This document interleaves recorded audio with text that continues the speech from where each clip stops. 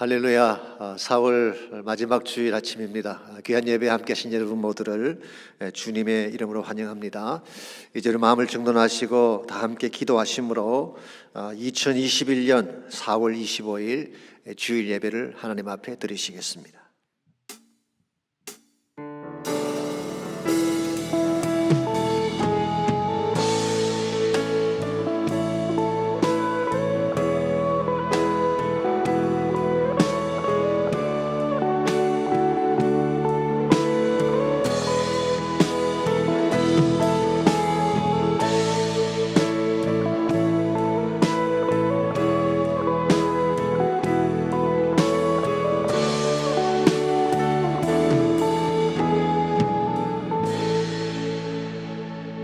할렐루야. 새 노래로 여호와께 노래하며 성도의 모임 가운데서 찬양할지어다. 이스라엘은 자기를 지으신 이로 말미암아 즐거워하며 시온의 주민은 그들의 왕으로 말미암아 즐거워할지어다. 춤추며 그의 이름을 찬양하며 소고와 수금으로 그를 찬양할지어다. 여호와께서는 자기 백성을 기뻐하시며 겸손한 자를 구원으로 아름답게 하심이로다. 아멘. 하나님 감사합니다. 이 거룩한 주일 아침 하나님을 예배할 수 있도록 저희들을 불러주시고 우리 전심을 다하여 찬양하며 경배하게 하시는 은혜를 감사합니다. 예배 하나님 앞에 큰 영광이 되게 하시고 하나님의 아름다움을 선포하는 시간 되게 도와주시고 우리의 심령이 주님의 임재로 말미암아 기쁨이 넘치고 또 은혜가 넘치는 귀한 시간 될 수 있도록 축복하여 주옵소서. 예수님의 이름으로 기도하옵나이다. 아멘.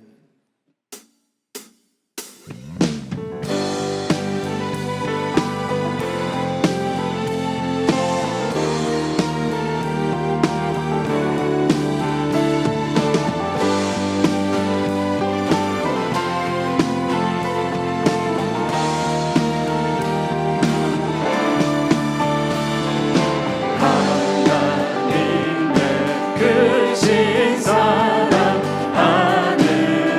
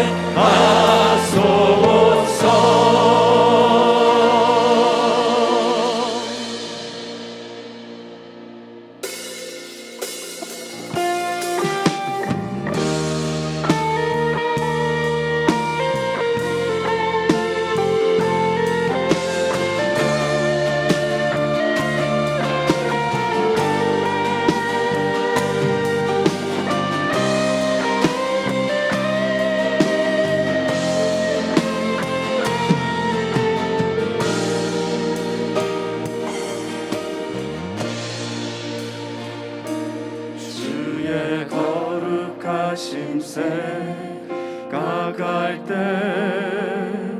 주의 크신 사랑 느낄 때 주의 영광의 빛 나의 생활 비춰주실 때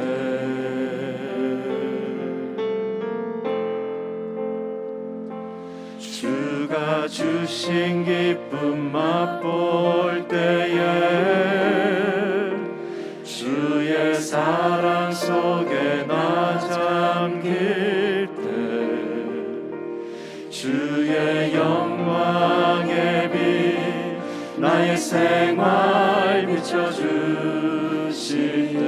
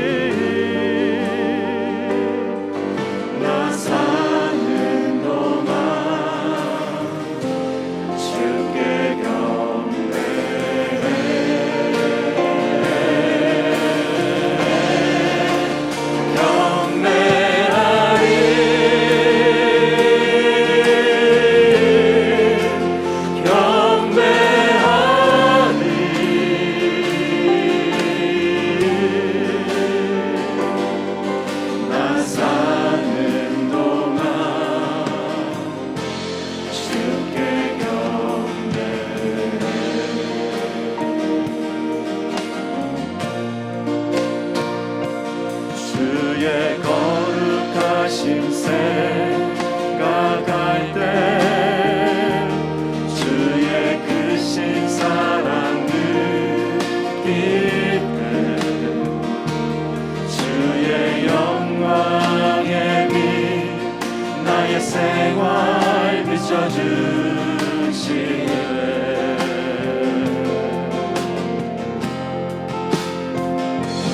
주가 주신 기쁨 맛볼 때에 주의 사랑 속에 나 잠길 때 주의 영광의 빛 나의 생활 비춰주실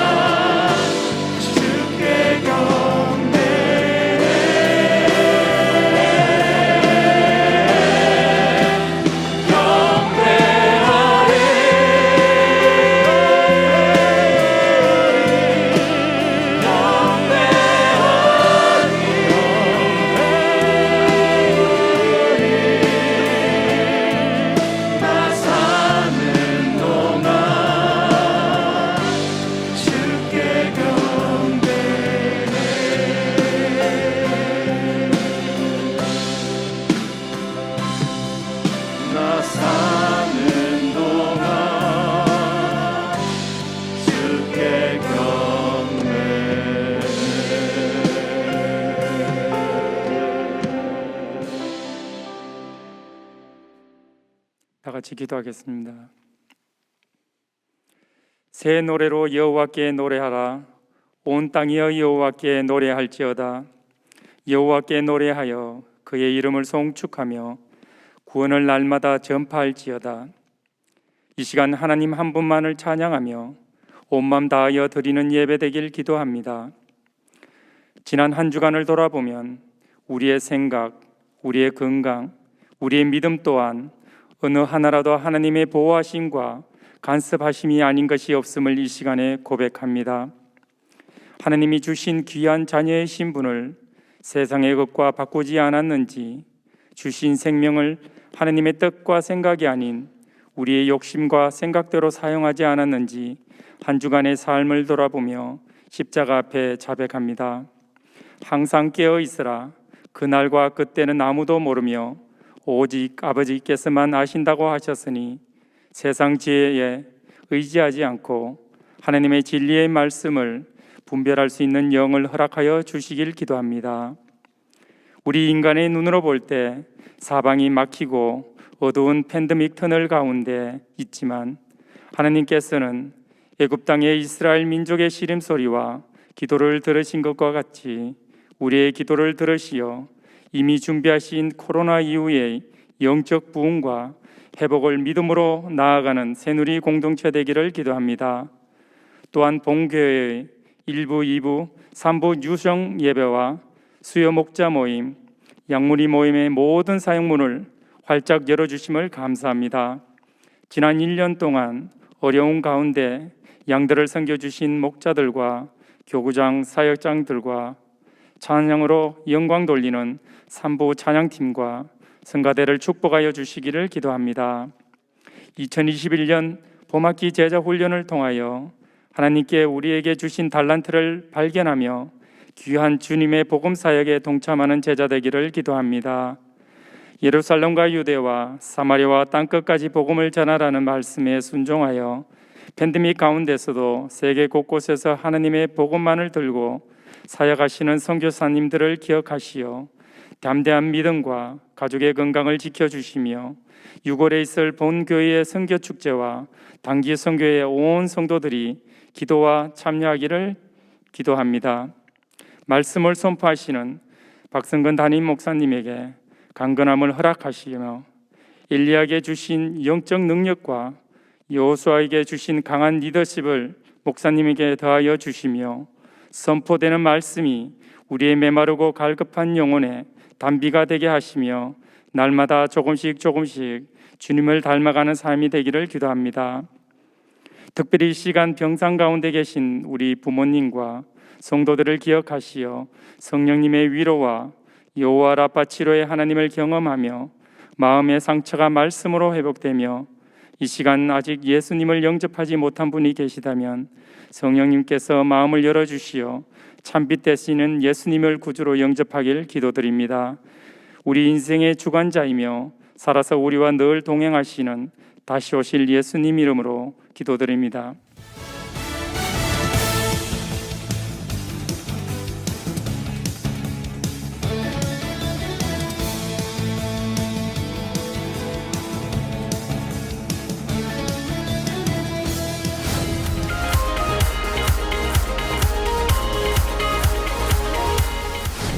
비전 워십은 브레이크스루를 주제로 한 찬양과 말씀과 기도가 있는 청년 대학생 집회입니다. 이번 비전 워십을 통해서 킹덤 비전을 가진 새로운 젊은 세대들이 일어날 것입니다. 하나님 나라 비전을 위해 헌신할 모든 청년 대학생들을 초대합니다. 또한 은혜를 사모하는 성도님들의 많은 참여와 중보 기도를 부탁드립니다.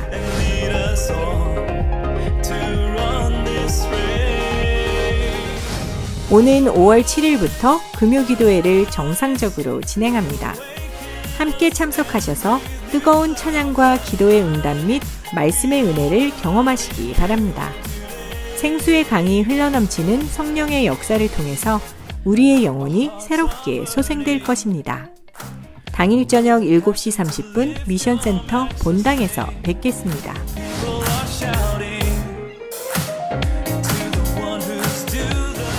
코로나로 중단되었던 뮤직스쿨을 오는 5월 1일부터 정상적으로 재개합니다. 신실하고 우수한 교사들이 직접 토요일과 주일 클래식 음악 수업을 지도합니다. 수업은 개인 레슨으로 30분, 45분과 1시간 동안 진행됩니다. 등록은 교회 웹사이트에 있는 뮤직스쿨 링크 우측 상단에 있는 사인업을 누르시면 됩니다. 관심 있는 학부모님들의 많은 참여와 지원을 부탁드립니다.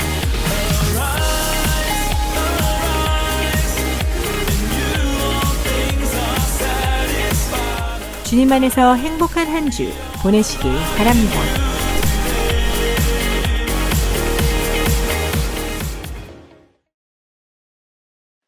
귀한 예배 함께 하신 여러분 모두를 다시 한번 주님의 이름으로 환영합니다.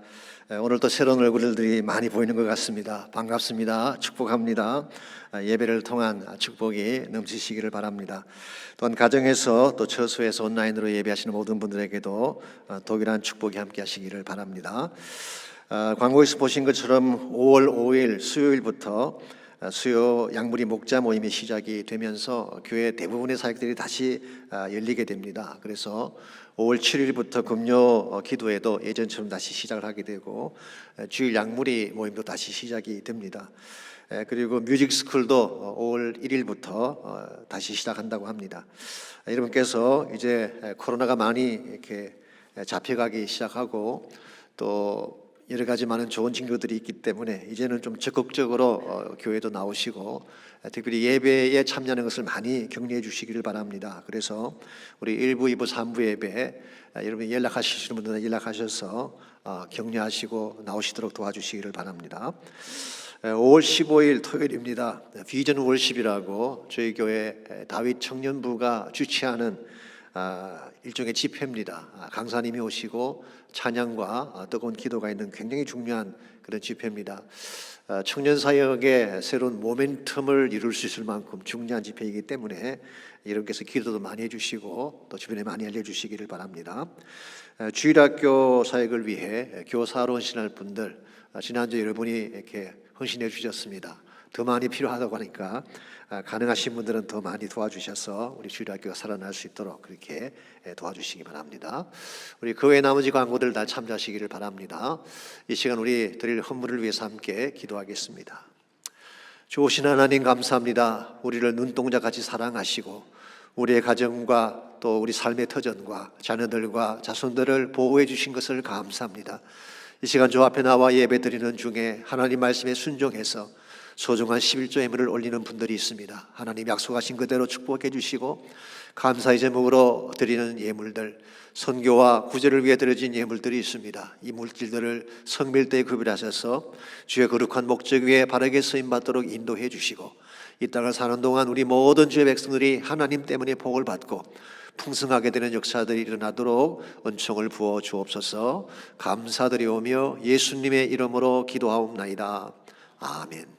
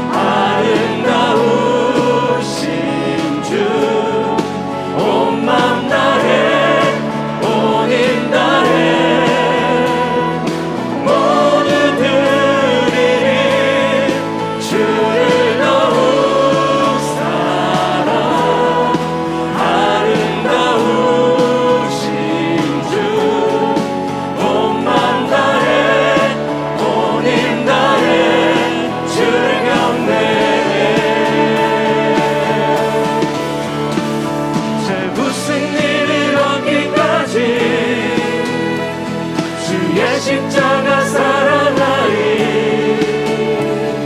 인간들 유감 받기까지 험한 십자가 붙들겠네 최후 승리를 얻기까지 주의 십자가 사랑하리 인간들 유감 받기까지 험한 십자가 붙들겠네 주를 더욱 사랑 아름다우신 주 온 맘 다해 온 힘 다해 모두 드리리 주를 더욱 사랑 아름다우신 주 온 맘 다해 온 힘 다해 주를 경배해 주를 더욱 사랑 아름다우신 주 온 맘 다해 온 힘 다해 모두 드리리 주를 더욱 사랑 아름다우신 주 온 맘 다해 온 힘 다해 온 맘 다해 온 힘 다해 온 맘 다해 온 힘 다해 주를 경배해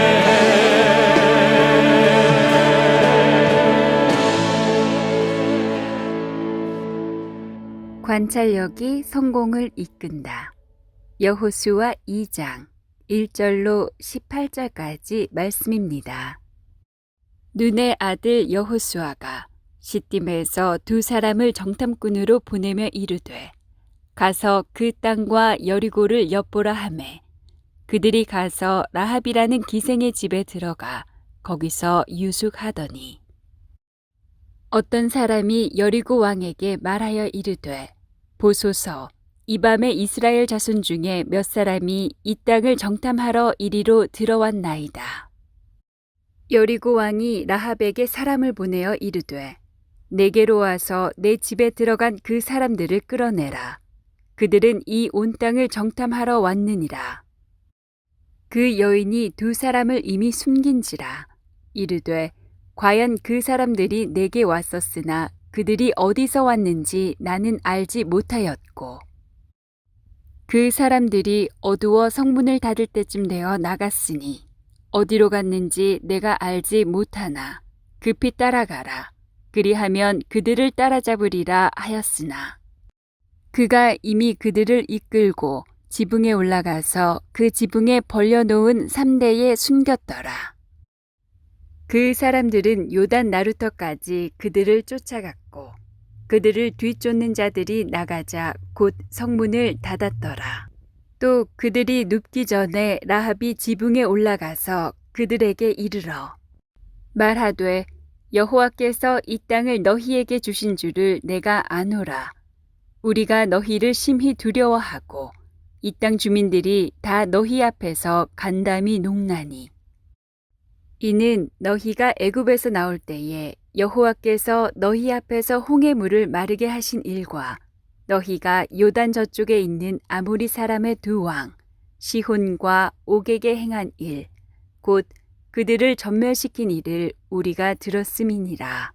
우리가 듣자 곧 마음이 녹았고 너희로 말미암아 사람이 정신을 잃었나니 너희의 하나님 여호와는 위로는 하늘에서도 아래로는 땅에서도 하나님이시니라.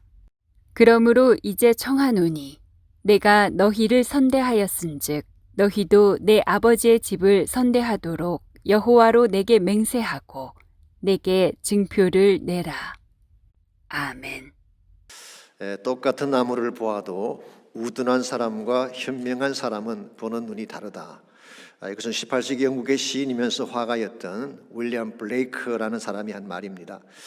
우둔한 사람은 나무의 겉모양만 보고 크다 작다라고 말할 뿐이지만 현명한 사람은 그 나무에 담겨져 있는 애환의 스토리를 읽어낸다는 것입니다.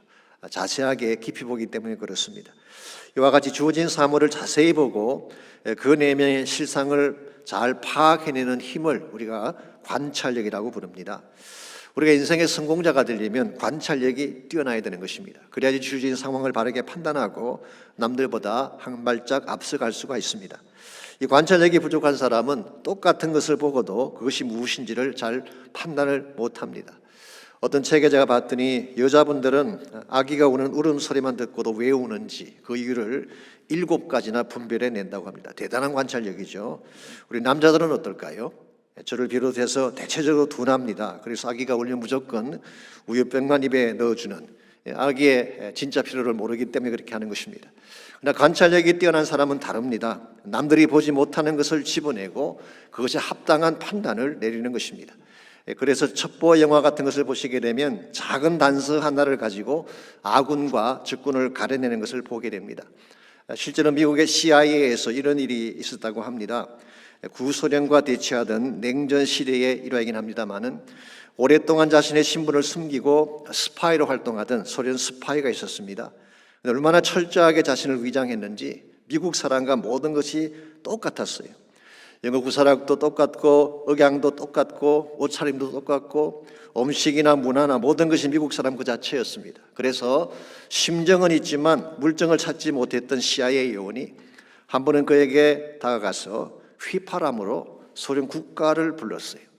그랬더니 그 사람이 자신도 모르게 발로 장단을 맞추더라는 것입니다. 어릴 적부터 몸에 배있던 습관이 자신도 모르게 나온 것이죠. 이 작은 몸짓, 이것을 놓치지 않고 관찰해낸 CIA 요원이 결국 그 스파이를 잡았다는 그런 이야기가 있습니다. 이와 같이 관찰력이라고 하는 것은 판단을 바르게 하고 해야 할 일을 바르게 행하게 하는 중요한 능력이 되는 것입니다. 그러나 이와 같이 인지적으로 관찰하는 것만으로 인생의 모든 것을 파악할 수가 있을까요? 저는 그렇지 않다고 생각합니다. 우리 인간이 가지고 있는 인지적인 관찰 능력은 한계가 있기 때문에 그렇습니다. 즉 눈에 보이는 피지컬한 현상만 보지 그 내면을 들여다볼 능력이 없는 것입니다. 그래서 더 중요한 것은 영적인 관찰력입니다. 영적인 관찰력이라고 하는 것은 하나님이 어디로 움직이시는가, 영적인 현상을 보고 거기에 합당하게 판단을 내려서 행하는 것을 말하는 것입니다. 영적 관찰력이 뛰어나야지 인생의 진정한 문제를 바로 볼 수 있게 되고 하나님의 뜻을 바르게 분별해서 참으로 하나님이 기뻐하는 길을 갈 수가 있는 것입니다. 실제로 성경을 보시게 되면 하나님의 뜻을 바르게 수행했던 인물들 가운데는 영적 관찰력이 뛰어난 사람들이 많았습니다. 예를 들어서 창세기 보시면은 아브라함이 마물에 상수리 나무 아래 있을 때에 저 멀리서 3명의 나그네가 오는 것이 보였습니다. 중동 지방에 선이 볼 수 있는 그런 여행객이죠. 그때 아브라함이 장막에서 달려나가서 그 앞에 몸을 굽히면서 나의 주여, my lord라고 이렇게 고백을 했습니다. 그리고는 엉긴 젖, 이 뻘입니다. 우리 NLT에서는 요구르트라고 번역을 했습니다마는 우유와 잘 구운 송아지 고기로 그들을 대접해 드렸어요. 쉽게 말하면 최상의 식사 대접을 한 것입니다. 왜 그렇게 했을까요? 일반 나그네와는 무엇인가 다른 것을 감지했기 때문에 그렇게 한 것입니다. 이것이 영적인 관찰력이죠. 아니나 다를까 대접하고 봤더니 그들이 천사들이었습니다. 그리고 그 중에 한 분이 많은 성경 주석가들에 의하면 성육신하시기 전에 주님이셨어요. 그때 주님이 이렇게 말씀하십니다. 내년 이맘때 내 아내 사라에게 아들이 있으리라. 아브라함 부부가 그토록 고대하던 축복에 대한 응답을 거기서 받게 된 거예요. 이 바른 관찰력이 축복을 가져온 케이스라고 할 수가 있겠습니다. 열왕기상 18장에 보게 되면 엘리야의 영적 관찰력에 대한 케이스가 나옵니다. 엘리야가 갈멜산 꼭대기로 올라가서 기도했을 때 처음에는 비가 오지 않았습니다. 근데 7번 기도했을 때에 7번째 기도가 끝났을 때에 저 멀리 지중해 위에 손바닥만한 구름 한 조각이 나타났어요. maybe 아무도 그 작은 구름의 의미를 노티스하지 못했을 것 같은데 엘리야는 알았습니다. 그 작은 구름 한 조각이 3년 반의 기근을 끝내고 큰 비를 몰고 온다는 사실을 인식을 했습니다. 그래서 엘리야는 아합에게 이렇게 말을 합니다. 아직 비가 오지도 않는데도 불구하고 마차를 갖추고 내려가십시오. 큰 비가 올 것입니다. 이게 영적인 분별력이에요.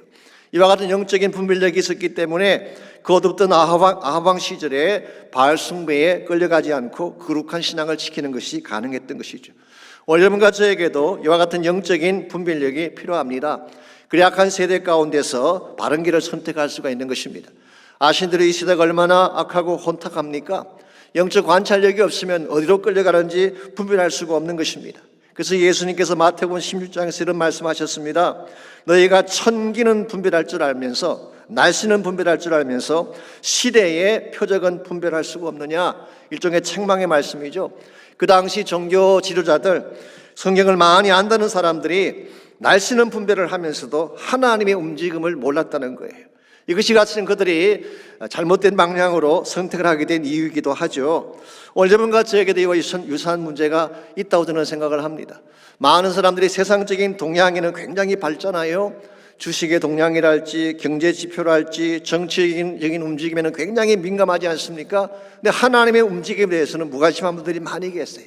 그래서 하나님의 마음을 읽지 못하기 때문에 엉뚱한 곳에서 헤매일 때가 참으로 많은 것입니다.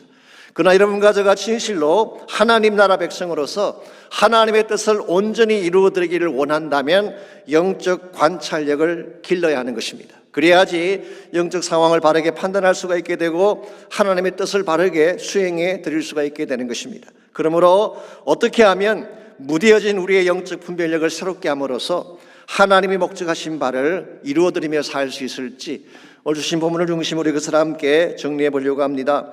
오늘 주신 이 본문의 말씀은 가나안으로 들어가기 전에 해야 될 세 번째 준비에 대해서 말씀하고 있습니다. 그것은 정탐을 통해 상황 판단을 준비하는 과정이었어요. 자, 1절 말씀 보시면 여호수아가 전쟁을 시작하기 전에 정탐꾼을 보낸 사실을 이렇게 기록하고 있습니다. 눈의 아들 여호수아가 시딤에서 두 사람을 정탐꾼으로 보내며 이르되 가서 그 땅과 여리고를 엿보라 하매 그들이 가서 라합이라 하는 기생의 집에 들어가서 그게 유숙했다 그랬어요. 여기 보게 되면 시딤이라는 지역, 시딤은 가나안과 붙어있는 모압 지경을 말합니다. 이 두 강줄기가 있기 때문에 진을 치기에 좋은 그런 장소로 알려져 있죠. 그게 진을 친 여호수아가 두 명의 정탐꾼을 가나안 안으로 보낸 것입니다. 기억하시겠지만 38년 전에는 몇 명을 보냈나요? 12명을 보냈습니다. 그런데 이번에는 2명만 보냈어요. 왜 그랬을까요? 많이 보낸다고 꼭 좋은 것은 아니라는 사실을 여호수아 본인이 경험했기 때문인 것 같습니다. 여러분, 하나님의 일은 숫자가 하는 것이 아닙니다. 작은 수일지라도 바른 믿음을 가진 사람이 하나님 일을 행하는 거예요. 그래서 스킵 하이징 목사님이 한때 이런 말씀하신 한 걸 들은 적이 있습니다. In God's economy, 하나님의 경제에 있어서는 less is more, 적은 것이 더 큰 것이다. 그런 재미있는 얘기를 하셨어요. 작은 숫자라고 할지라도 진짜 믿음을 가진 사람들이 모이면 더 큰 역사를 이룰 수 있다. 그런 뜻이에요. 이와 같이 여호수아는 2명의 정탐꾼을 여리고 안으로 보냈는데요. 그들에게 주신 사명이 뭔가요? 그 땅과 여리고를 엿보라고 보낸 것입니다. 여기 엿본다는 이 말이 히브리 말로 라하라는 말인데 우리가 흔히 생각하는 것처럼 훔쳐본다 혹은 피평한다 그런 뜻이 아닙니다. 이것은 주의 깊게 본다, 자세히 관찰한다 그런 의미를 가지고 있습니다. 그래서 영어 성경은 observe, 관찰한다 그렇게 번역을 했고 examine closely, 아주 엄밀하게 잘 점검한다 그렇게 번역을 했습니다. 이 두 정탐꾼의 의무는 가나안 지경과 여리고를 두루 다니면서 정확하게 상황을 잘 관찰하고 그 상황을 와서 보고하는 것입니다. 사실 이 적군의 땅에 들어가서 정탐한다고 하는 것은 대단히 위험한 일이죠.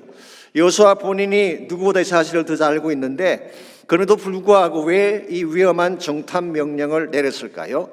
먼저 들어가서 상황을 정확하게 관찰하지 아니하면 바른 전투를 벌일 수 없기 때문에 그런 것입니다.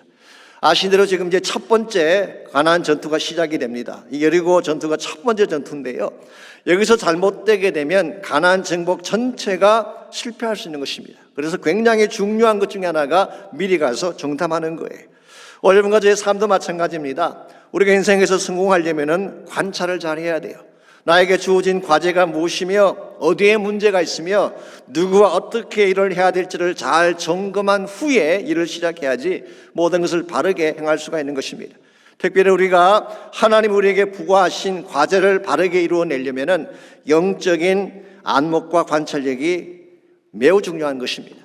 아시는 바대로 이스라엘이 38년 전에 가데스 바네아에서 그들이 가나안 땅으로 들어가지 못하고 광야로 되돌아온 사건이 있지 않습니까? 왜 그런 일을 했을까요? 12명의 정탐꾼 중에 10명이 잘못된 정탐을 했기 때문에 그렇게 한 것입니다. 쉽게 말하면은 보아야 될 것은 보지 못하고 보지 못할 것만 보고 잘못된 보고를 한 것입니다. 영적인 관찰력이 부족하게 되면 이런 현상이 벌어질 수가 있는 것입니다. 그 결과 38년이라고 하는 긴 세월을 광야를 돌고 돌면서 헤맬 수밖에 없었던 것입니다. 관찰을 잘못하게 되면 직진해야 될 상황에서 돌아가게 되는, 여기에 이스라엘 백성의 문제가 있었고 어쩌면 오늘 여러분같이 문제도 여기 있는지 모르겠어요. 우리가 진짜 보아야 될 하나님의 세계와 하나님의 뜻을 잘 알지 못하고 내 마음대로 살게 되면 결국은 우리 인생이 방황하게 되는 것입니다. 웨이스트하게 되는 것입니다. 이런 의미에서 정말 우리가 인생을 낭비하지 않고 하나님의 뜻을 바르게 이루기 위해 살려면 바른 관찰이 필요한데, 우리가 진정한 차원에서 바르게 관찰을 하려면 무엇을 관찰해야 될까요? 무엇을 관찰하게 되면 하나님이 우리에게 분바신 모든 과업들을 성공적으로 잘 수행해낼 수가 있을까요? 오늘 본문에 보시게 되면 우리에게 주어진 과제를 성공적으로 이끌기 위해서 관찰해야 될 세 가지 대상이 오늘 본문에 소개가 되고 있습니다. 먼저 간단히 정리해드리면, 첫 번째가 문제를 관찰하는 것, problem. 두 번째가 사람을 관찰하는 것입니다, people. 그 세 번째가 하나님을 관찰하는 거예요, purpose of God. 하나님의 의도, 하나님 마음을 관찰하는 것입니다. 우리가 하나님의 뜻을 바르게 수행해 드리려면 첫 번째로 문제의 실상을 잘 관찰을 해야지 하나님의 뜻을 이루어 드릴 수가 있습니다. 적을 이기려면 적을 알아야 되지 않습니까?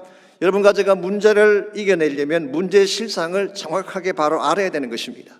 오늘 본문의 말씀 보시면요, 정탐꾼이 했던 첫 번째 일이 성 안으로 들어가는 일이었습니다. 저 겉으로만 보아서는 여리고의 실상을 알 수 없기 때문에 성 안으로 들어간 거예요. 우리가 문제를 파악하려면 문제 안을 들여다 보아야지 문제를 알 수가 있는 것입니다. 그래서 1절 하반부를 다시 보시면 정탐꾼들이 여리고 성으로 들어간 후에 어디에서 유숙을 했다고 밝히고 있나요? 라합이라는 기생의 집에 유숙했다고 했습니다. 이 기생의 집이라고 하는 것은 영어 성경 보시면은 harlot's house라고 번역을 했습니다. 직역하면 창기의 집이다, 매춘부의 집이다, 그런 뜻입니다. 그런데 저는 개인적으로 좀 이게 부담스러워요. 그렇게 해석하는 것이 과연 문맥에 맞나라고 하는 생각 때문에 그렇습니다. 여러분, 이스라엘 정탐꾼이 맨 먼저 한 일이 창기의 집에 가서 잠을 잤다. 이게 과연 오늘 본문의 문맥과 통한다고 할 수가 있을까요? 어색하기 짝이 없습니다. 그래서 유대 역사가인 조세푸스나 탈굼이라고 하는 성경이 있습니다. 이 탈굼이라는 성경은 히브리 구약을 아람어로 번역한 것을 탈굼이라 그러는데요, 이 탈굼이나 조세푸스는 오늘 본문의 이 기생의 집을 여관이라고 번역했어요. 혹은 주막이라고 표현을 했습니다. 저는 이것이 문맥상 맞지 않나 생각합니다. 여관이나 주막이라고 하는 것은 여행객들의 왕래가 많은 곳이죠. 그러므로 그곳에 가야지 민심의 동향도 잘 살필 수가 있게 되고 정보도 잘 수집할 수가 있기 때문에 정탐꾼들이 그곳에 맨 먼저 간 것입니다. 자, 2절 말씀 보니까 한 가지 문제가 생겼습니다. 살짝 들어갔음에도 불구하고 정탐꾼이 들어온 사실을 누군가가 알고 여리고 왕에게 보고를 한 것입니다. 이걸 보게 되면 여리고에 살고 있는 사람들도 경계를 강화한 것 같습니다. 지금 이스라엘 백성이 자기 눈앞까지 왔다는 사실을 알고 경계를 굉장히 강화시켰던 것 같습니다. 그래서 정탐꾼이 들어온 사실을 알고 왕에게 보고를 한 것입니다. 그때 왕이 라합에게 사람을 보내서 그 사람들을 끄집어낼 것을 명령을 하죠. 그랬는데 라합이 어떻게 했나요? 그들을 지붕 위 3대 사이에 숨겨주고 병사들을 따돌렸다고 했습니다. 이 3대라고 하는 것은 일종의 근초돔이라고 생각하시면 되겠습니다. 몰래 숨겨주고 잡으러 왔던 사람들을 돌려보냄으로써 기지를 발휘해서 정탐꾼의 생명을 건져준 것입니다. 자, 라합이 왜 이와 같이 정말 위험을 무릅쓰고 이와 같은 일을 감행을 했을까요? 9절 말씀 보시게 되면 라합이 한 가지 확신했던 것이 있습니다. 그게 뭐냐고 하면 여리고 성이 망한다는 사실을 알고 있었어요. 9절은 이렇게 기록하고 있습니다. 여호와께서 이 땅을 너에게 주신 줄을 내가 아노라. 우리가 너희를 심히 두려워하고 이 땅 주민들이 다 너희 앞에 간담이 농나니 그랬어요. 여호와께서 주신 땅이라면 이제 이 땅은 정복당할 수밖에 없다는 것이죠. 그러면서 한마디 말씀을 더했는데 우리가 너희를 볼 때에 두려움이 가득 찼고 이 땅을 살고 있는 주민들, 즉 가나안 사람들이죠, 너희들 앞에서 간담이 녹았다, 그렇게 말씀하고 있습니다. 우리 이 고백 속에서 무엇을 발견할 수 있나요? 실상은 여리고에 살고 있던 사람들, 가나안에 살고 있던 그 주민들이 이스라엘 백성을 두려워했다는 사실을 발견할 수가 있습니다. 그런데 민수기 13장에 보시게 되면 38년 전에 가데스 바네아에 갔던 10명의 정탐꾼들은 정반대 보고를 했어요. 그러니 그들은 이렇게 보고했습니다. 가나안 땅에 들어가 보았더니 그들은 우리보다 강합니다. 그 땅은 그 주민을 삼키는 땅입니다. 가나안 사람들은 신장이 장대한 자들입니다. 그들에 비하면 우리는 메뚜기와 같습니다. 이게 38년 전에 10명의 정탐꾼이 했던 보고였습니다. 그랬는데 막상 가나안 안에 들어가서 직접 그 주민들의 말을 들어보니까 사실은 그들이 두려워 떨고 있었다는 사실이에요. 이걸 보면 뭘 알 수가 있나요? 지난번 정탐꾼들이 관찰을 잘못했다는 것을 확인할 수가 있습니다. 그들은 그 모양만 본 거예요. 매우 외형은 그들의 키가 컸을 가능성이 있을지 모르겠지만 그 모양만 본 것입니다. 그리고 그들 속에 있는 진짜를 보지 못한 거예요. 오늘 본문이 밝히고 있는 가나안의 진실은 무엇입니까? 실제로는 그들이 간담이 녹을 정도로 벌벌 떨고 있다는 사실. 여러분이 문제를 풀기를 원하면 문제의 근만 보아서는 알 수가 없습니다. 그 내면을 들어가 보아야 하는 것입니다. 그리고 그 내면에 있는 문제를 진짜 알기를 원한다면 믿음의 눈을 가져야 돼요. 믿음의 눈으로 영적 관찰을 할 때에 참된 실상을 발견하게 되고 거기에서 하나님이 주시는 해답을 얻게 되는 것입니다. 다시 말씀드리지만 38년 전 10명의 정탐꾼들이 관찰을 잘못한 근본 이유가 뭔지 아십니까? 그들 마음속에 믿음이 없었어요. 하나님이 그들 마음속에 없었습니다. 혹시 있다고 하더라도 They had a little God. 그들은 작은 하나님을 갖고 있었어요. 작은 하나님을 마음에 품었기 때문에 가나안이 큰 문제로 보이게 된 것입니다. 여러분, 우리 눈이라고 하는 것이 객관적이라고 생각을 하지만요, 실제는 그렇지 않습니다. 마음이 무엇을 품느냐에 따라서 똑같은 것을 보아도 보이는 것이 다르게 보이는 거예요. 어떤 사람이 병원에 입원을 했습니다. 몸이 좋지 않아서 좀 더 정밀 검사를 받기 위해서 병원에 입원을 했는데, 그런데 이 환자가 담당 의사가 병실을 다녀간 후에 얼굴이 새파랗게 질렸습니다. 사실 그 의사는 말 한마디도 하지 않고 그냥 병실을 나온 건데 갑자기 환자가 두려워 떨기 시작한 것입니다. 그래서 그 다음날 그 의사가 다시 그 환자가 있는 방을 찾아가서 물었어요. 무엇 때문에 그렇게 두려워하느냐 그랬더니 환자가 말하기를, 선생님 솔직히 말씀해 주세요. 저에게 이제 얼마나 시간이 남았습니까? 의사가 아니 무슨 말씀하시는 거냐고, 아직 진단도 안 나왔는데 무슨 병인 줄 알고 그러시는 거냐 되물었더니 환자가 말합니다. 췌장암에 걸렸잖아요. 어떻게 아냐 그랬더니 어제 선생님이 쓰시는 리포트 페이퍼를 슬쩍 봤더니 맨 위에 분명히 췌장암이라고 적혀 있다는 것입니다. 그때 의사가 웃으면서 말을 했습니다. 아, 그건 제 이름입니다. 추장암이라고 하는 이름이었어요.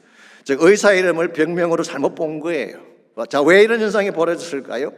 자기 마음속에 부정적인 마음이 가득 차 있으니까 추장암이 췌장암으로 보인 것입니다.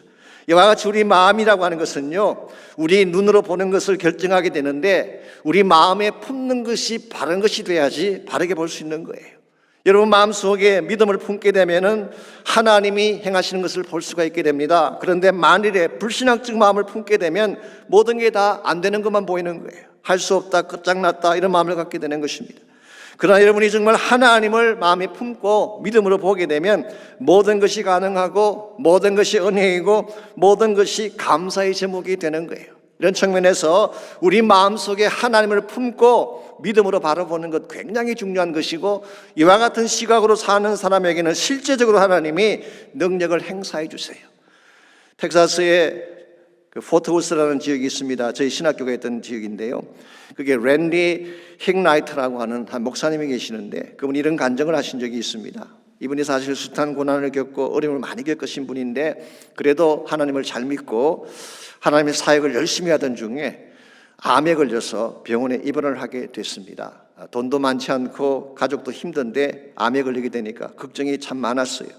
더구나 암이 굉장히 깊었다고 합니다. 그랬는데 수술을 받기 전날 밤에 하나님이 예레미야 32장 27절을 보게 하셨어요. 이런 말씀입니다. 나는 여호와여 모든 육체의 하나님이라 내게 할 수 없는 일이 있겠느냐. I am the Lord, the God of all fleshes.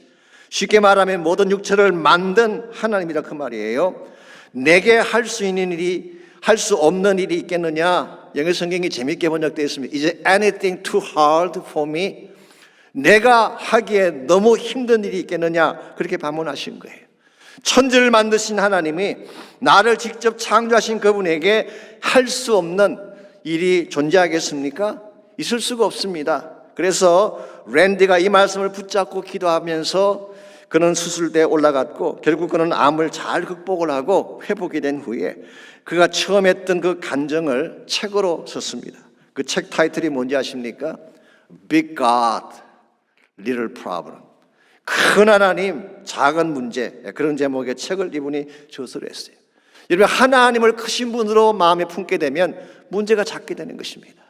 문제를 크게 보게 되면 하나님이 작아지는 거예요. 그러므로 여러분 마음속에 큰 하나님을 품으시기를 바랍니다. 천지를 창조하시고 위대하시고 불가능이 없으신 그 하나님을 믿음으로 마음에 품게 되면 문제는 문제가 안 되는 것입니다. 이런 면에서 우리는 문제의 겉모양을 보고 두려워하고 지레 겁먹고 도망치고 불필요하게 38년간을 방황하며 사는 케이스가 있는데 진짜 바른 영적 관찰력을 가진 사람은 인간의 눈으로 보지 않고 믿음의 눈으로 보는 것입니다. 믿음의 눈으로 보게 되면 하나님을 통해서 진짜 문제 실상을 알게 되고 그때 문제를 이기게 되는 것입니다. 두 번째로 우리가 하나님의 사역을 성공적으로 잘 이루려면 사람의 내면을 잘 관찰을 해야 됩니다. 하나님의 목적을 이루려면 문제도 잘 살펴야 되지만 사람을 보는 눈을 가져야지 그 사람과 함께 더 큰 일을 이룰 수가 있는 것입니다. 오늘 본문에 재미있는 사실이 하나 있습니다. 정탐꾼들이 땅을 보러 갔다고 했는데요. 실상 그들이 본 것은 사람들이었어요. 그 중에서도 특별히 라합이라고 하는 한 여자를 보고 돌아왔습니다. 이미 제가 말씀을 드렸습니다마는 들어가자마자 그들은 그 왕에게 누가 밀고 하는 바람에 실제로 땅을 제대로 살펴볼 시간도 갖지 못한 채 라합의 집에 숨어 있다가 도망쳐 나왔어요. 그래서 진짜 이 정탐꾼들이 본 거는 땅을 다 보지 못했어요. 라합이라는 사람 하나 보고 나온 것입니다. 이걸 보게 되면요, 하나님이 그들을 여기에 보내신 이유가 단순히 그 성의 크기가 얼마나 크냐, 지형이 어떠냐 이걸 보게 하셨다기보다는 사람을 만나게 하기 위해 보내신 사실을 알 수가 있습니다. 하나님 바른 사람을 찾아내서 그들과 함께 가기를 원하셨기 때문에 정탐꾼들을 여리고 안에 가나안 안에 들어가게 한 것입니다. 여러분, 하나님은 사람에게 관심이 많습니다. 지형이나 사이즈나 건물의 크기 여기 관심이 많지 않아요. 하나님은 사람에게 관심이 있어요. 사람을 통해서 하나님 나라를 세워가기 때문에 그렇습니다. 그렇다면 하나님이 찾으시는 사람은 어떤 사람일까요? 이걸 우리가 잘 알아야지 바른 사람을 선택하고 바른 동지를 만들어갈 수가 있는 것입니다. 오늘 본문에 보시게 되면 라합이 나오는데 솔직히 말씀을 드려서 이 라합이라는 사람은 그 외적인 면에서만 본다면 좋은 조건을 갖춘 사람이라고 말할 수가 없습니다. 첫 번째로 직업이 기생이었잖아요. 물론 그것이 오늘날의 창교는 다른 것이라고 말을 하지만 주막의 여인이라고 하는 것이 그렇게 고상한 직업은 아니었을 가능성이 많죠. 두 번째로 유력가의 집안이나 권력가의 집안도 아니었습니다. 아마도 미천한 신분 출신이 아니었는가 생각을 합니다. 더구나 라합은 이방인이요 가나안 여인이었어요. 이 외형적인 모습만 본다면, 객관적인 것만 본다면 사실은 그렇게 추천할 만한 인물이 되지 못합니다. 그런데 이 라합의 내면을 들여다보았더니 그 안에 믿음이 있었어요. 진짜 하나님을 신뢰하는 믿음이 있었어요. 9절에서 11절을 보시게 되면 라합이 가지고 있던 신앙의 내용이 잘 나타나 있습니다. 먼저 9절 말씀 보시면 여호와께서 이 땅을 너에게 주신 줄을 내가 안다 그랬어요. 이 말은 다른 말로 표현하면은 하나님의 약속을 안다, 하나님이 이스라엘 백성에게 맺은 언약을 안다 그런 뜻이에요. 이 라합은 이방 여자였지만 하나님의 언약을 알고 있었습니다. 두 번째로 10절 말씀 보시면 라합은 하나님의 능력도 알고 있었습니다. 10절에 보시면은 애굽을 나올 때에 여호와께서 너희 앞에서 홍해의 물을 마르게 하신 일과 너희가 요단 저쪽에 있는 아모리 사람의 두 왕 시온과 옥에게 행한 일, 곧 그들을 전멸시킨 일을 우리가 들었다 그랬어요. 그래서 라합은 하나님의 능력이 얼마나 파워풀한지를 알고 있었어요. 세 번째로 11절 말씀 보게 되면 그녀는 하나님의 절대 주권을 인정하고 있는 것을 보게 됩니다. 우리가 듣자 곧 마음이 녹았고 너희로 말미암아 사람이 정신을 잃었나니 너희 하나님 여호와는 위로는 하늘에서도 아래로는 땅에서도 하나님이시니라. 옛날 번역인 개역 한글에서는 상천하지의 하나님이시라 그렇게 번역해 놓았어요. 여기서 하나님의 절대 주권, 주재권을 의미하는 것입니다. 사실 이 라합은요, 이스라엘 백성에 대한 소문을 듣고 하나님에 대한 것을 들었을 때에 일반적인 사람들은 두려워하고 떨기만 했는데 라합은 이 두려움에서 끝나지 않고 하나님을 믿었다는 데 포인트가 있어요. 하나님이 위대한 것을 알았으면 믿어야 돼요. 하나님의 전능하신 분인 걸 알았으면 믿어야 돼요. 그 하나님이 나의 하나님이 돼야지 진짜 신앙을 갖게 되는 것이지 객관적인 차원에서 보고 두려워하는 것만으로는 충분하지가 않는 것입니다. 그래서 히브리서 11장 31절은 이렇게 기록하고 있습니다. 믿음으로 기생 라합은 정탐꾼을 평안히 영접하였으므로 순종치 아니하는 자와 함께 멸망하지 않았다. 이 라합이 목숨을 걸면서까지라도 정탐꾼을 영접한 이유가 믿음을 가졌기 때문이라고 말씀하고 있습니다. 야고보서 2장 26절은 라합과 같은 결단을 행함으로 의롭다 하심을 받은 케이스로 소개하고 있습니다. 야고보서를 나눌 때 이미 말씀드렸습니다만 여기서 의롭다는 이 말은 구원받았다는 말이 아니죠. 인정받았다는 뜻입니다. 즉 이 라합의 믿음은 행함을 통해서 하나님도 인정하시는 믿음이다 그런 뜻이에요. 이런 면에서 라합은 이방 여자였지만 가나안 여인이었지만 실제적인 믿음을 갖고 있고 하나님을 위해서 행함을 할 수 있는 행동이 있는 믿음을 가지고 있는 이런 사람이 라합이었습니다. 오늘 하나님 이와 같은 믿음을 가진 자를 원하세요. 여러분과 제가 누구를 선택하려고 한다면요, 세상이 좋아하는 사람을 선택하면 안 돼요. 하나님이 기뻐하는 사람을 선택해야 돼요.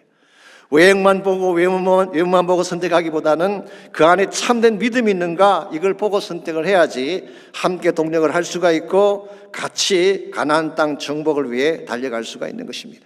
그럼에도 불구하고 오늘 이 시대에는 외형을 보고 사람을 택하는 경향이 사실 많이 있습니다.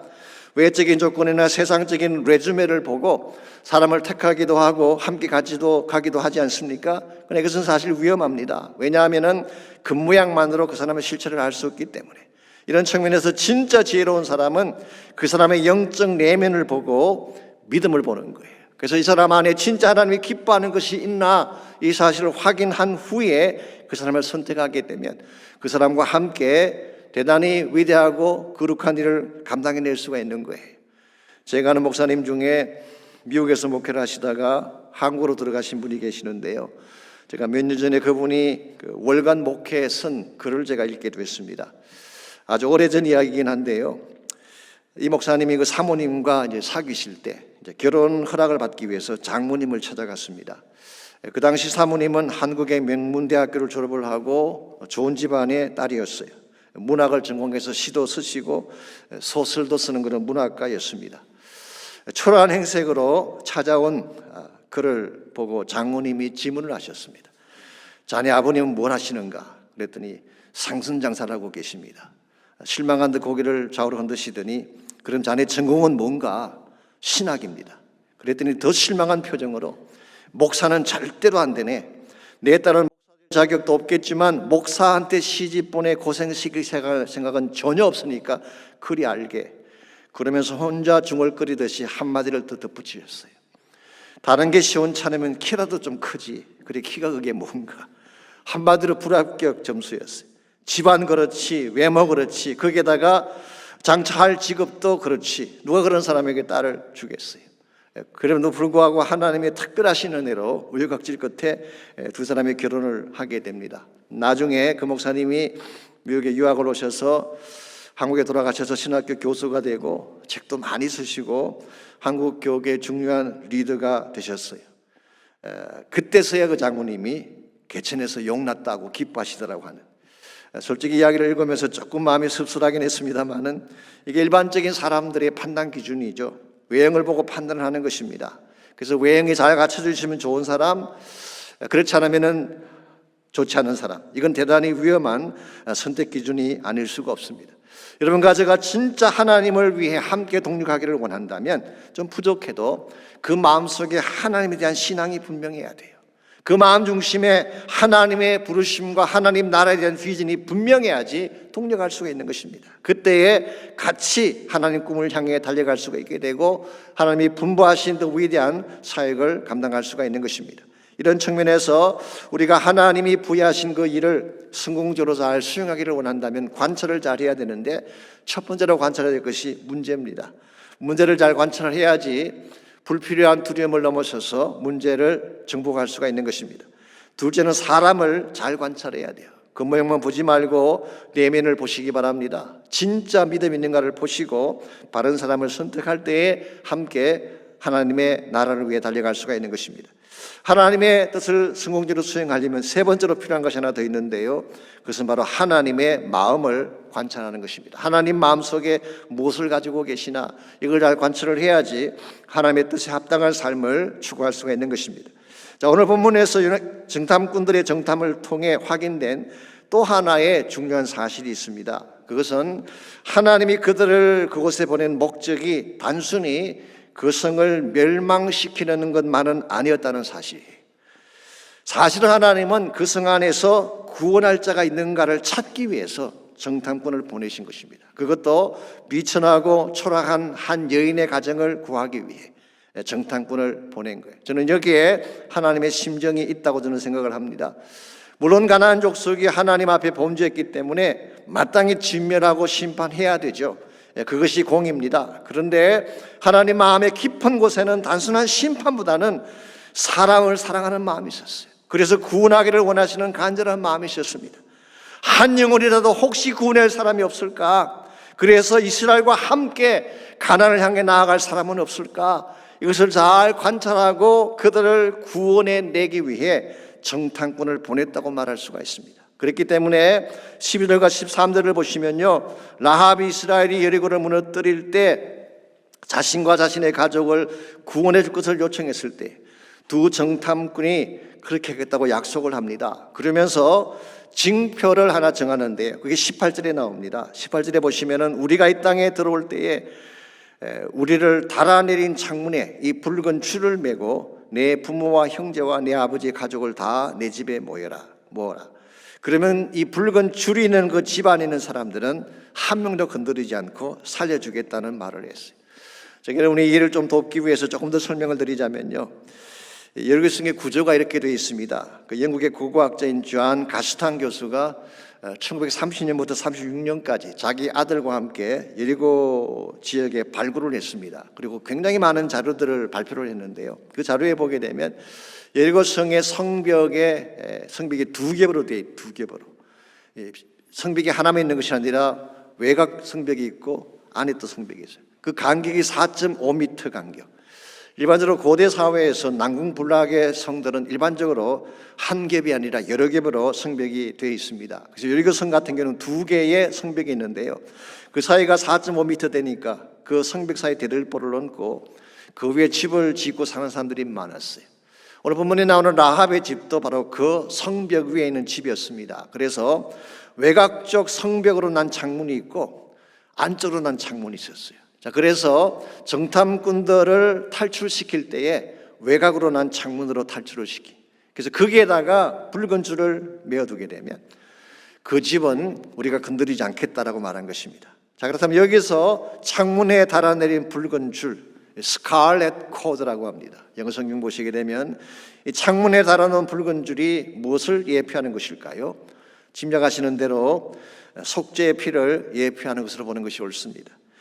클레멘트나 오리겐 같은 교부들도 그렇게 보았고 종교개혁자인 마르틴 루터도 그렇게 보았습니다. 매튜 헨리 같은 주석가는 그것을 어린 양의 피로 그렇게 보기도 했습니다. 같은 내용이죠. 전 여기에 하나님 사랑의 징표가 있다고 생각합니다. 사실은 다 멸망시켜야 되는데, 전부 다 전멸시켜야 되는데 이와 같이 붉은 줄을 내린 집은 건지겠다는 것. 이게 하나님의 심정이에요. 그래서 이 라합을 비롯한 그 가족이 구원을 받게 되고요. 더 놀라운 사실이 뭔지 아십니까? 하나님은 단순히 라합을 건지는 것으로 끝나지 않고 이 라합을 하나님 나라 목적을 위해 사용해 주셨어요. 우리 구약에 나오지 않지만 신약 성경에 가보면 알 수 있습니다. 마태복음 1장 5절에 보시게 되면 이 라합이 예수님의 족보에 올라가 있습니다. 살몬의 아내가 되어서 보아스를 낳았다고 마태복음 1장 5절이 기록하고 있습니다. 아마도 오늘 그 본문에 나온 두 정탐구 중에 한 명이 살몬이 있을 가능성이 많죠. 그리고 그 사람의 지파가 유다 지파였을 가능성이 많습니다. 여러분, 이게 우연 같아 보이지만 사실 어메이징하지 않습니까? 이 여리고 땅에 살고 있던 초라한 여인, 누가 봐도 빛이 나게 보이는 한 여인인데 그 여인을 하나님이 픽업하셔서 하나님 구속사의 가장 소중한 라인인 메시아닉 라인에 참여하겠다는 것은 어메이징한 그레이스, 너무나 위대한 은혜가 아닐 수 없습니다. 저는 여기에 하나님의 심정이 있다고 생각합니다. 하나님 본심은 이런 거예요. 우리가 죄를 범했기 때문에 마땅히 심판해야 되지만 할 수만 있으면 건지기를 원하시는 것. 그래서 예수님 보내신 거예요. 그래서 보혈을 흘리게 하신 것입니다.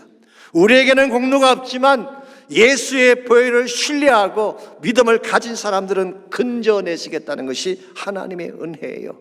여기서 그치지 아니하고 구원받은 우리를 하나님 나라 사역을 위해 사용하시기를 원하는 계획이 있다는 사실, 어메이징하지 않습니까?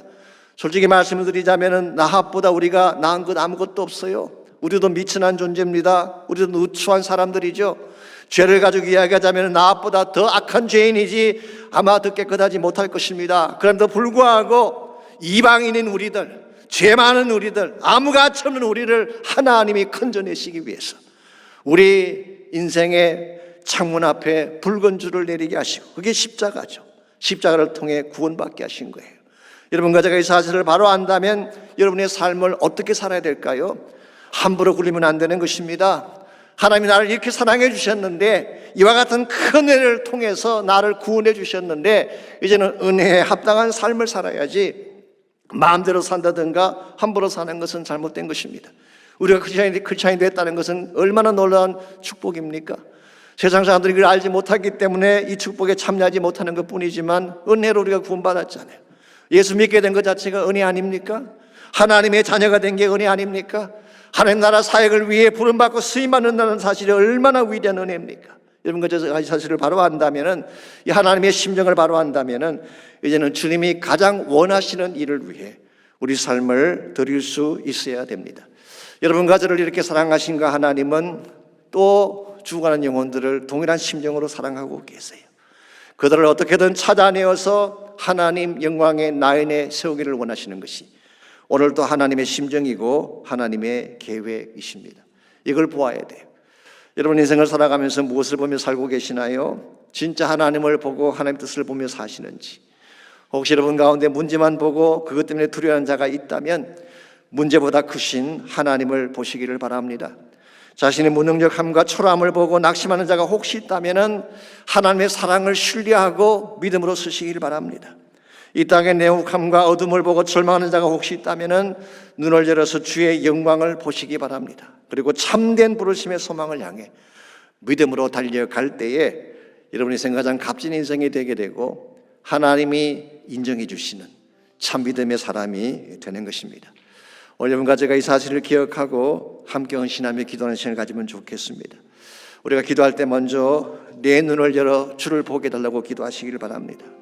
우리 마음의 눈이 떠지고 영안이 떠져야 돼요. 주님을 보아야 됩니다.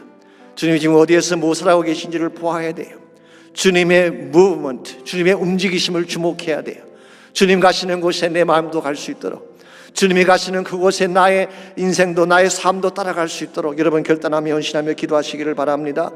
내 눈을 열어서 주의 사랑을 보게 해달라고 기도하십시오. 하나님은 정말 여러분을 사랑하세요. 세상에 가장 존귀한 존재로 여기시고 여러분을 사랑하고 계십니다. 그 사랑 보게 해달라고 기도하시고, 무엇보다도 하나님 나라의 영원한 꿈과 비전을 바로 보게 하셔서 그 나라 위에 달려갈 수 있도록 힘을 달라고 기도하시기를 바랍니다. 우리 다 같이 한 목소리로 우리 합심해서 함께 헌신의 기도, 결단의 기도 드리겠습니다. 하나님 감사합니다. 우리를 사랑해 주셔서 하나님의 거룩한 백성 삼으시고 하나님 나라의 거룩한 비전에 참여케 하신 것을 감사합니다. 우리의 마음의 눈을 뜨게 하시고 내 영안을 뜨게 하셔서 주의 영광을 보게 하십시오. 하나님의 임재를 보게 하십시오. 주님의 움직이심을 보게 하시고 주의 나라를 보게 하시고 하나님의 부르심의 소망을 보게 하셔서 이 땅에 그저 살다 사라지는 인생이 아니라 주의 나라의 영광에 쓰임받게 하시고 주의 나라 비전을 위해 쓰임받을 수 있는 우리 모두가 되게 하여 주옵소서. 저희 교회가 그런 교회가 되게 하셔서 마지막 시대 주의 사명을 이루게 하시고 주의 꿈을 이루는 데 쓰임받도록 이 교회를 그렇게 축복하여 주시옵소서.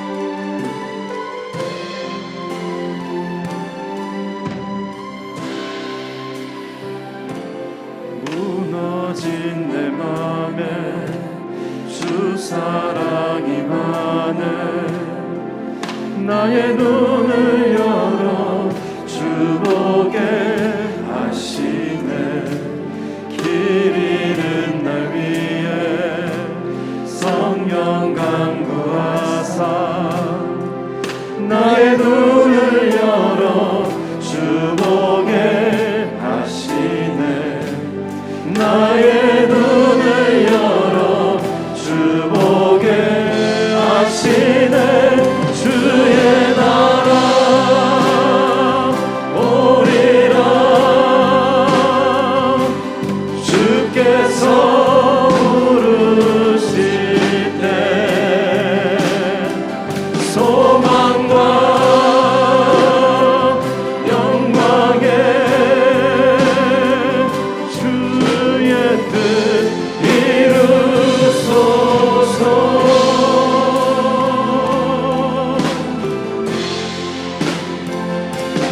고난 지나가고 자비 영원하네. 나의 눈을 열어 주 보게 하시네. 주를 찬양하며 기쁨의 길 가리. 나의 눈을 열어 주 보게 하시네. 나의 눈을 열어 주 보게 하시네. 주의 나라 오리라. 주께서 부르실 때 소망과 영광에 주의 뜻 이루소서. 주의 나라 주의 나라 오리라. 주께서 부르실 때 소망과 영광에 주의 뜻 다시 한번 고백합니다. 주의 나라 오리라. 주의 나라 오리라. 주께서 부르실 때 소망과 영광에 주의 뜻 이루소서. 하나님 감사합니다.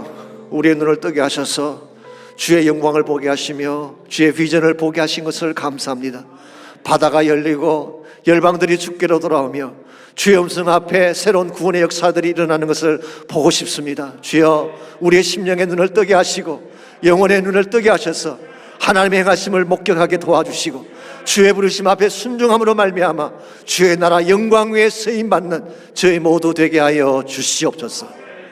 이제는 우리 구주 예수 그리스도의 은혜와 하나님 아버지의 무한하신 사랑과 성령님의 충만한 임재하심이 이 시간 주님 앞에 나와 진심을 다해 예배하는 사랑하는 주의 백성 한 분 한 분에게 그들의 가정과 삶의 터전과 자녀들과 자손들 위해 이제로부터 항상 함께하여 주시기를 살아계신 예수님의 이름으로 간절히 축원하옵나이다.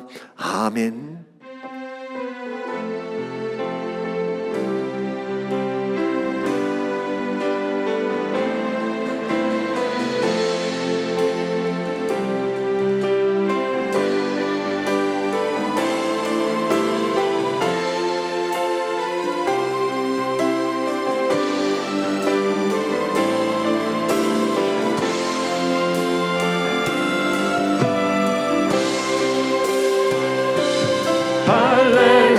할렐루야 날 자유케 하신 주 할렐루야 죽음을 이기시고 모든 사슬 풀리네 예수 이름 부를 때 예수 나의 참 소망 할렐루야 날 자유케 하신 주 할렐루야 죽음을 이기시고 모든 사슬 풀리는 예수 이름 부를 때 예수 나의 참 소망 Jesus Christ my living hope 예수 나의 참 소망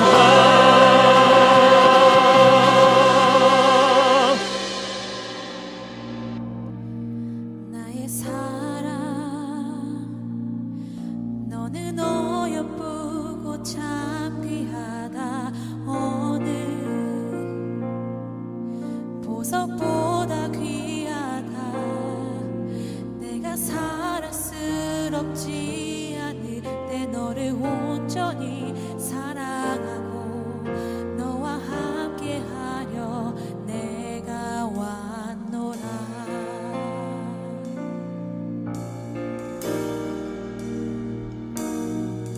주의 사랑 이 사랑은 결코 변치 않아 모든 계절도 울보시네 푸른 마르고 꽃은 시드나 주의 말씀은 진실해 실수가 없으신 주만 바라라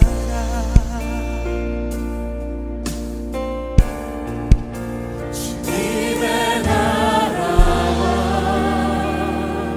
뜻이 나의 삶 속에 임하시며 주님 알기를 주만 보기를 소망해